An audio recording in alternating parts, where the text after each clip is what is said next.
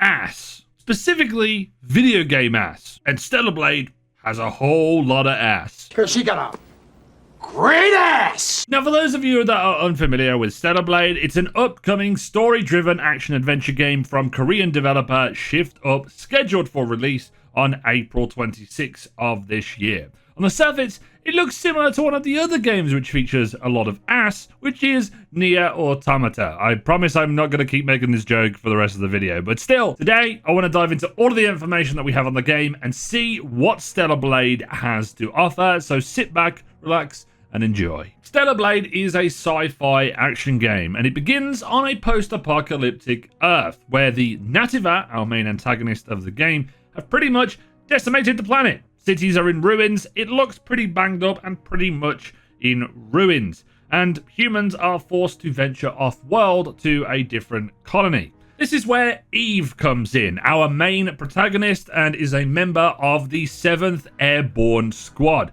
tasked with saving the planet. Just a small task then. Many members of the 7th Airborne Squad have been lost, so it's up to Eve to go and meet a cast of characters to help her on her journey. Adam, who is in pursuit of an energy source, but really, Adam, Eve, kind of on the nose, if you understand what I mean. And then there's also Lily, who is a member of the 5th Airborne Squad. She will be a massive help as an engineer to help upgrade and improve Eve's gear as we play through the game. During the game, we will visit a city of Zion, not to be confused with the last city of a certain sci-fi franchise. This city is below the wasteland, which will feature a variety of NPCs, and they know you as Angel, purely because you've come from above. And as you do more things in this town, you do side quests, it's going to be a main hub, you are going to be able to increase how they feel about you, and that will kind of evolve and change over the story's progression. And this is most likely where you're going to get a lot of side quests, items that you can buy, and also main quests throughout the game. Everything I've seen from the story so far is not too dissimilar to other games within the genre, and it seems to be taking some inspirations from that. It's pretty much hero saves the day, the world's at stake, that type of thing. It's not necessarily the story that is going to pull me in here. It might be for some other people, but the gameplay is the real selling point, especially the combat. And from every trailer and preview that we've got to see, including the leaked demo, which we'll talk about in just a moment, the biggest standout is the Stellar Blade gameplay, and it's fast-paced, it's stylish, and I'm going to predict it's going to be the best part. And let's take a look. Let's just dive a little bit deeper. Most of the areas in the game are a combination of linear areas, maybe a little bit more expansive, but semi-open world sections as well. This is where you will fight the Nativa. This is a variety of humans that could have been corrupted by this. There's also robots and stuff, so a variety of different enemies that we're going to be fighting, including bosses. We'll be going through these areas, advancing the story, finding optional side quest stuff, but the real thing that pulled me in, at least from looking at this specific section of the game, is the range of environments, how good it looks, some outdoor wastelands, internal areas, and ruined cities. So it seems like this game is going to take us to a variety of different locations, and with that comes combat. So let's talk about it. Combat seems to be a combination of a few games taking inspiration from them all, and I don't think it's necessarily a bad thing that it's doing that, because if there's other games in the action genre that are doing it very well, trying to remix that and make it into something your own, but taking those inspirations as well, is a good thing. There's the fast-paced parry and counter system, similar to Sekiro and other Blade-type games, heavy combat combos such as God of War, Bayonetta, and also DMC, but with also a focus on the dodge and counter play that is in many Souls-like. So figuring out attacks, telegraphing them, being able to find out what bosses are going to do, and boss fights seem to be the highlight of the game, and there'll be quite a few of them, and I'm very much excited for those because they seem to be a spectacle. From the leaked demo that we've seen and also from the trailers, it does look pretty good. But combat looks super dope. It's flashy, animations, anime full screen moves, and that's going to 100% pull me in, amongst some other things to do with our character. I know what kind of man you are. If we actually take a look at the UI from one of the game's combat encounters, we'll just take a screenshot just here. you can actually see a few things that give us indicators of how the game will play. In the bottom right, it seems to be the special attacks that we'll be able to use, mapped to the buttons, being this is on the PlayStation 5. It's probably going to be like L1 and X, square, circle, or triangle. And then there's also going to be a health bar, and underneath that it says SP, so I'm only considering that being shield health.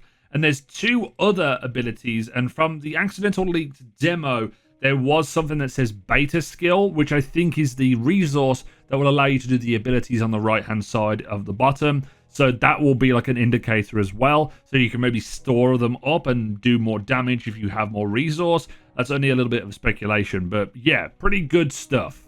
To analyze the combat, it's very action heavy. The usual stuff is here: parrying, dodging, the ability to use like variety of consumables, assessing attack patterns from enemies will ultimately provide you with the most success in a lot of these games. There's nothing too different here, but I think it just has style. That's what I'm most looking forward to. And there's also range combat in the game, which makes use of a wrist-mounted gun, long range and short range, but we don't know whether or not there's going to be like shotguns or pistols, lasers, that type of thing. Maybe like an assault rifle that's attached to this wrist. We'll have to find out more and hopefully glean more when we get some more gameplay or when the game actually launches. Something I also picked up on from watching a lot of the gameplay was that it's quite fluid, but not as punishing as Souls-like games. I did go and have a gander at the hour's worth of leaked demo. Now, if you don't know about this story, basically they accidentally leaked a demo onto the PlayStation Store. Some people got in for an hour, recorded a whole bunch of footage, and then put it online. A lot of this stuff hasn't been taken down, but so you won't actually see any of this in the video.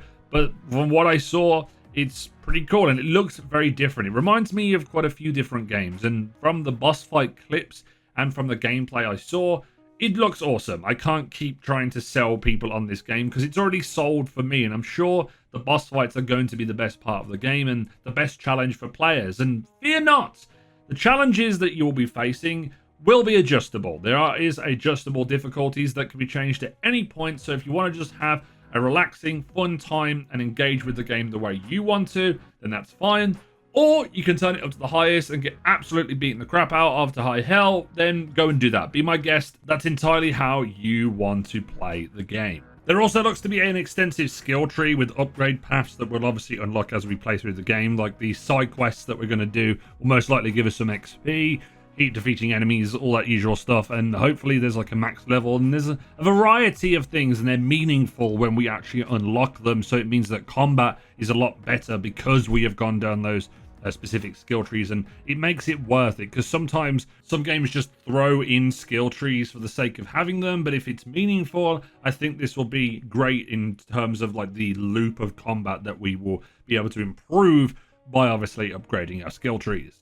Everything that I see with combat and gameplay, I love, so I'm interested. That's the big hook for me. I'm a gameplay first guy. It looks cool, but there's some additional details that you do need to know about when it comes to costumes and also performance options. Costumes are going to be a highlight for some players for obvious reasons, and depending on how you look at it, there's going to be different styles that you can go through and pick, and it seems like we've seen a variety of them in some of the trailers. Eve is supposed to have 20 to 30 different costumes, which we've seen quite a lot of already, but also Adam and Lily will also have their own costumes in game, and the way that we acquire these costumes is whether we get them as rewards or there's materials that we can craft them, and whether or not they have stats on them will be something, you know, if there's one where it's just a skin type bodysuit, then that's not going to be good, because I think there was a story I saw the other day which basically said that you could wear the skin type bodysuit, but it's not really going to help you in terms of gameplay, so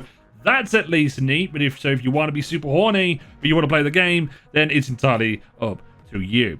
As for performance options in the game, there is going to be 3. There's a performance mode that aims to hit 60 FPS. There's a 4K graphics mode, and then apparently there's this balance mode, which tries to get this sweet spot between them both. So unless I actually see my eyes on it, I don't really know what to make of them, purely because sometimes when there's like a performance mode, the developers tend to like glaze, like, I don't know what it is, like Vaseline over the screen sometimes, even in the graphical mode, to mask like the 30 FPS. I don't really know. I don't think they've really mastered it on console when they have these 3 different options. On PC, I don't necessarily think this is going to be a problem, but unfortunately this game isn't going to be on PC, at least for now. It's coming to the PlayStation 5 on April 26, and I believe it's also a full-priced game. During the recording of this video, we got an update, and we are going to be getting a demo on Friday, March 29th. So if you want to check out the game and see what you think about it before you pick it up,